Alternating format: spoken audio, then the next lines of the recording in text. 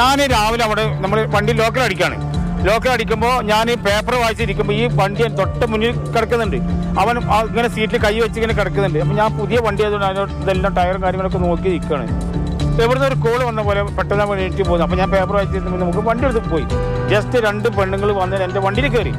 ആ വണ്ടി എടുത്ത് ഞാൻ വരുമ്പോൾ 600 മീറ്റർ 1.5 കിലോമീറ്റർ അടിച്ചുകൊണ്ട് 600 മീറ്ററിനുള്ളിൽ ഞാൻ പുറകിൽ വരുമ്പോഴേക്കും അവിടെ അടി കഴിയും. ആ അടി വണ്ടി തിരിച്ചിട്ട് ഇവൻ ഫോൺ ചെയ്ത് നിൽക്കുന്നത് എനിക്കറിയില്ലായിരുന്നു. അന്ന് അപ്പം അടിക്കരുത്. ഇവൻ ഫോൺ ചെയ്ത് നിൽക്കുമ്പോൾ ഞാൻ വേറെ ആളെ വണ്ടി വിളിക്കാതെ. അപ്പോൾ ഇവൻ നവാസ് കമന്ന് ചെളിയിൽ കിടക്കുന്നുണ്ട് വണ്ടിയിൽ. സ്ട്രൈറ്റ് റോഡ് വളവിൽ നമുക്ക് പറയാം, ഫാക്ടറിയുടെ വളവുണ്ട്.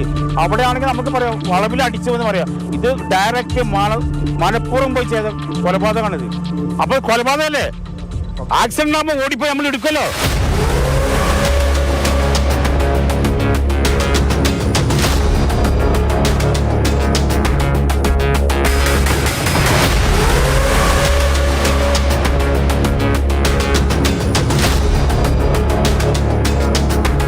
ഡിസംബർ 2 രാവിലെ ഈ അപകടം ഉണ്ടായത് മുതൽ തന്നെ ഈ പ്രദേശവാസികളും നവാസിന്റെ ബന്ധുക്കളും ഇതിന് പിന്നിൽ ദുരൂഹത ഉണ്ട് എന്ന ആരോപണം ഉന്നയിച്ചിരുന്നു.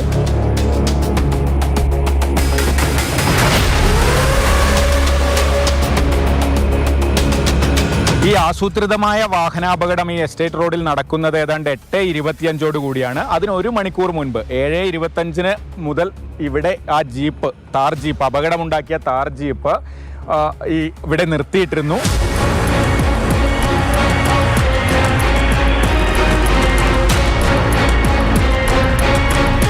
എന്നോട് ഇതിൻ്റെ ഇടയ്ക്ക് കഴിഞ്ഞൊരു ദിവസം എന്നോട് പറഞ്ഞിട്ട് ഒന്ന് കാണണം, എനിക്ക് കുറച്ച് കാര്യങ്ങൾ സംസാരിക്കണം എന്ന് നവാസ് പറഞ്ഞിരുന്നു. പിന്നെ ആ സമയം കഴിഞ്ഞിട്ടാണ് ഈ അപകടങ്ങളോട് വരുന്നത്. ഈ സംഭവം നടന്നിട്ട് ഈ ആളിതാ സെൽഫി എടുക്കുകയാണ്. ഈ ആക്സിഡന്റ് കഴിഞ്ഞിട്ട് ഒരു സെൽഫി എടുക്കുകയാണ്.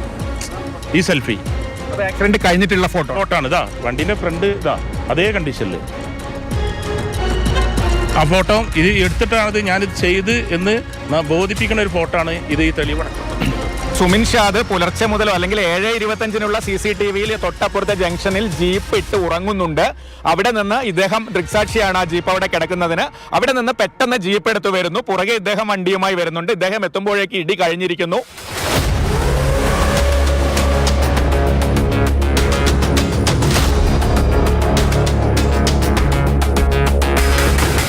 വളരെ സ്ട്രെയിറ്റ് ആയിട്ടുള്ള റോഡ്, ഇപ്പുറത്തും വളരെ നേരെയുള്ള റോഡാണ്. കാണാതെ കൂട്ടിയിടിക്കുന്ന ഒരു സാഹചര്യം ഇല്ല.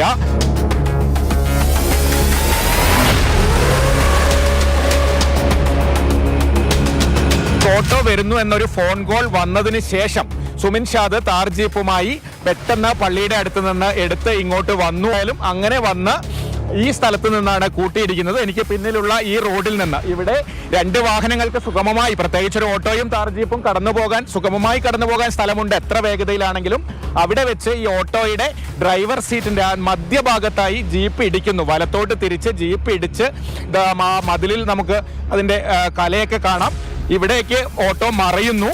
അതിനുശേഷം ജീപ്പ് തൊട്ടപ്പുറത്ത് പോയി ഇടിച്ച് നിൽക്കുകയാണ്.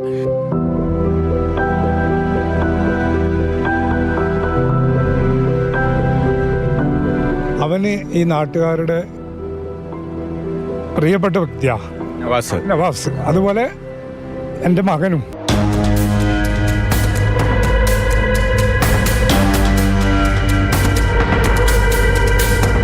വാഹനം ഇടിപ്പിച്ച സ്ഥലത്തും പ്രതികളുടെ ഹോട്ടലിന് മുന്നിലും തെളിവെടുപ്പ് നടന്നു.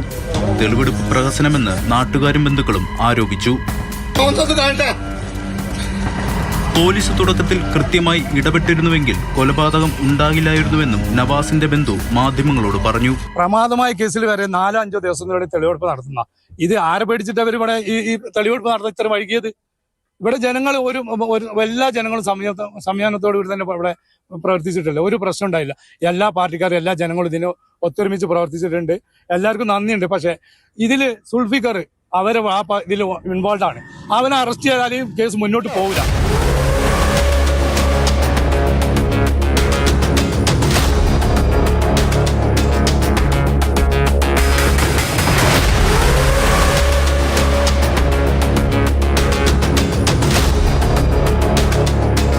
ഷമീർ മച്ചിങ്ങലിനൊപ്പം കമൽ, മാതൃഭൂമി ന്യൂസ്, വയനാട്.